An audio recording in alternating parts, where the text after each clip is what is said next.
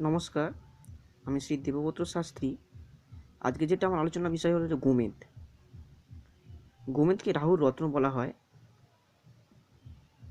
সংস্কৃতকে এর নাম হচ্ছে গোমেদ, গোমেদক, পিগস্ফটিক ও রাহুর রত্ন। হিন্দি ও বাংলায় বলা হয় গোমেদ, উর্দু ফার্সিতে বলা হয় জরকুনিয়া জাউরগন।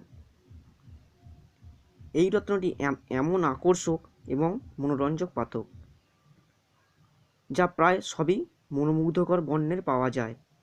এখানে বক্তব্য হলো সব রঙের গোমেদকেই গোমেদ আখ্যা দেওয়া যায় না এবং গোমেদ বলাও উচিত নয়।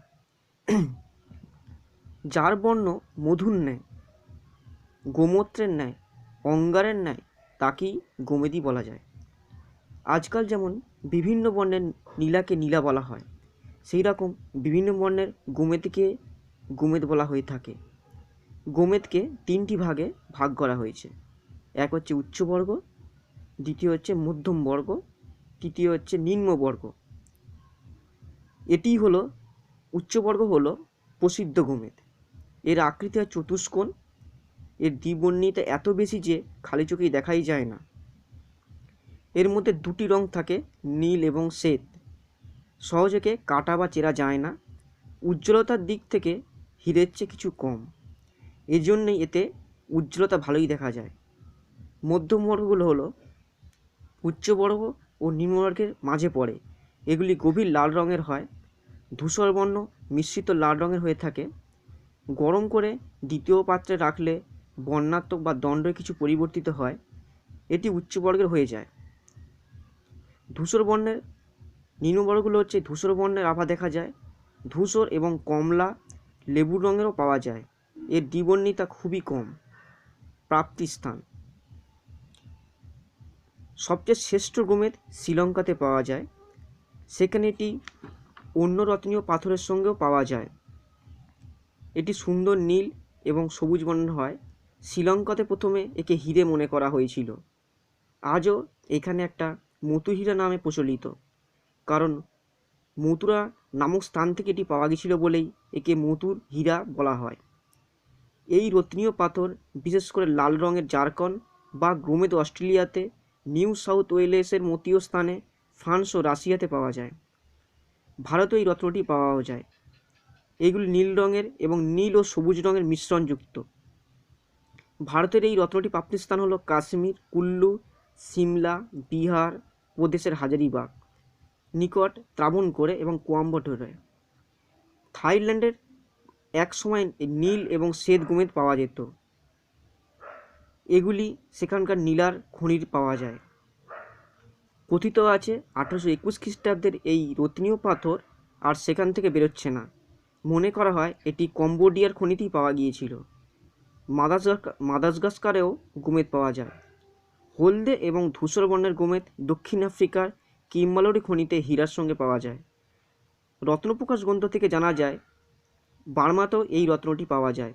এটিকে সর্বোত্তম বলা হয়। অ্যাকচুয়ালি গোমেদের যেটা এখন সাধারণত পাওয়া যায় খয়েরি রঙের, খানিকটা সর্ষের তেলের পুরো কালারের মতনই দেখতে।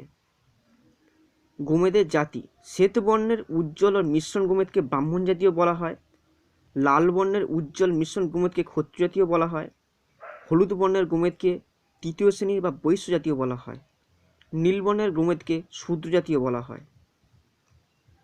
শ্বেত বর্ণের উজ্জ্বল খুব পুরাতন গোমেদ মণি ধারণ করলে ধনৈশ্বর্য বৃদ্ধি হয়, কিন্তু নিকৃষ্ট কুৎসিত কর্কশ গোমেদ ধারণ করলে মানুষের অর্থ, শক্তি এবং বল বীর্যহানি করে। এই রত্ন যত পুরাতন হবে ততই গুণসম্পন্ন বলে জানতে হবে। এই রকম পাথর বুদ্ধি বাড়াতে এবং মানুষকে ধনবান করে তুলতে ততই সাহায্য করে। এক কথায় বলা যায় পুরাতন গোমেদ ধারণে সর্বকামনা পূর্ণ হয়। আয়ুর্বেদ শাস্ত্রে বলা হয়েছে গোমেদ কফ, পিত্তনাশক, ক্ষয়রোগ উপকারী। চক্ষু রোগে, মানসিক দুর্বলতায়, স্মৃতিশক্তি হ্রাস প্রভৃতি খুবই উপকার করে। এছাড়া পচনাঙ্গ সতেজ করে তোলে। রাহু গ্রহের সঙ্গে গোমেদের নিকট একটা সম্বন্ধ আছে। যদি কোনো ব্যক্তির রাশি থেকে রাহুর কুদৃষ্টি থাকে তাহলে সেই ব্যক্তি নিম্নলিখিত রোগে আক্রান্ত হতে পারে। আত্মহত্যার ইচ্ছা জন্মে, গ্রন্থির বেদনা আসে, কৃমির সমস্যা হয়, বসন্ত রোগের ভয় থাকে, ভূত প্রেতের ভয় হয়, ভূত প্রেতের স্বপ্ন দেখা, যকৃত রোগ হওয়া, গর্ভাশয়, শোথ, কোষ্ঠকাঠিন্য, পাচনশক্তি হ্রাস, ক্ষুধামন্দ প্রভৃতি হতে পারে। যদিও কোনো ব্যক্তির রাশিতে রাহু কুদৃষ্টি দেখে, তাহলে তাকে গলা ও হাতের কবজির ওপর বা আংটিতে গোমেদ বসিয়ে ধারণ করতে হবে।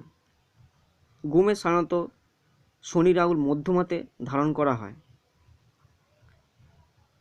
আমরা গোমেদটাকে ভালো মন্দ বুঝো কী করে? সাধারণত হরিদ্রাব লাল অথবা কালো ঝলকদার গোমেদ উচ্চস্তরে বলেই জানতে হবে। সংস্কৃত প্রাচীন পুস্তকে একে ব্রাহ্মণ গোমেদ বলা হয়। এই গোমেদ ধারণে খুব উপকার হয়। গভীর হলদে রক্তবর্ণ বা লাল গোমেদ দ্বিতীয় শ্রেণীতে গণ্য হয়। একে ক্ষত্রিয় গোমেদ বলা হয়। এই ধরনের গোমেদ দ্বিতীয় শ্রেণী ফল লাভ করে। শুষ্ক এবড়ো খেবড়ো অভ্রমিশ্রিত উজ্জ্বলতাহীন দাগযুক্ত চেরা রেখাযুক্ত ছোপযুক্ত বিভিন্ন রং যুক্ত কালো লাল সাদা বিন্দু স্থিত তন্তু থাকে, ধূসর ও জালের মতো দেখা যায়, যে সেই সব গোমেদকে নিকৃষ্ট গোমেদ বলা হয়। মূলত রাহুর প্রতিকারের জন্যেই এই গোমেদ ধারণ আবশ্যকপূর্ণ। মধ্যম আঙুলে শনিবারে ধারণ করতে হবে। রূপোয় ধারণ করা খুবই বাঞ্ছনীয়। নমস্কার।